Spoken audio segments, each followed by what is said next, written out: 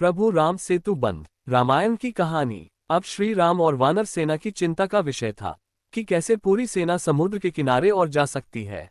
श्री राम जी ने समुद्र से प्रार्थना की कि वे प्रस्थान करें ताकि उनकी सेना समुद्र पार कर सके, परंतु कई बार समुद्र ने भी अपनी बात नहीं मानी। तब राम ने लक्ष्मण से धनुर्धर की मांग की और अग्नि बाण को समुद्र पर कहा, जिससे पानी सूख जाए और वे आगे बढ़ें।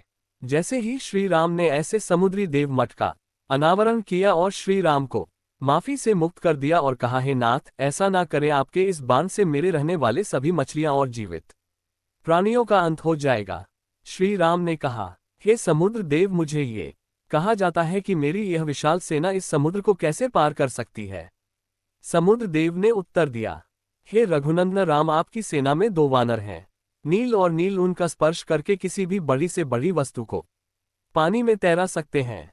ये कहकर समुद्र देव चले गए। उनकी सलाह के अनुसार नील और नील ने समुद्र में श्री राम का नाम लिखकर पत्थर देखा तो पत्थर तैरने लगा। उसके बाद एक के बाद एक करके नील समुद्र में पत्थर को समुद्र में फेंकते रहे और समुद्र के दूसरे छोर तक पहुंच गए।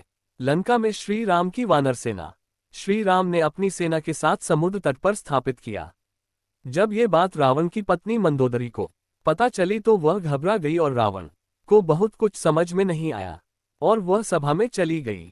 रावण के भाई विभीषण ने भी रावण को सभा में बुलाया था और सीता माता के सम्मुख श्री राम को राजतिलक करने के लिए कहा था, लेकिन सुनकर रावण क्रोधित हो गया और अपने ही भाई को लात मारकर मार डाला, जिसके कारण विभीषण सीढ़ियों से नीचे गिर गए।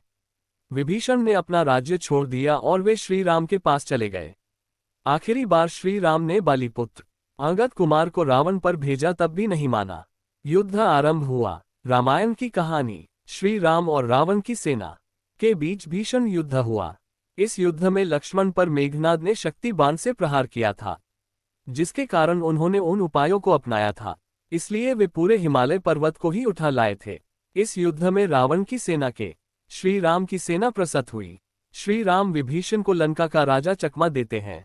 श्री राम माता सीता और भाई लक्ष्मण के साथ उनके राज्य में 14 वर्षों के वनवास से जुड़े हुए हैं और राम का राज्याभिषेक हुआ।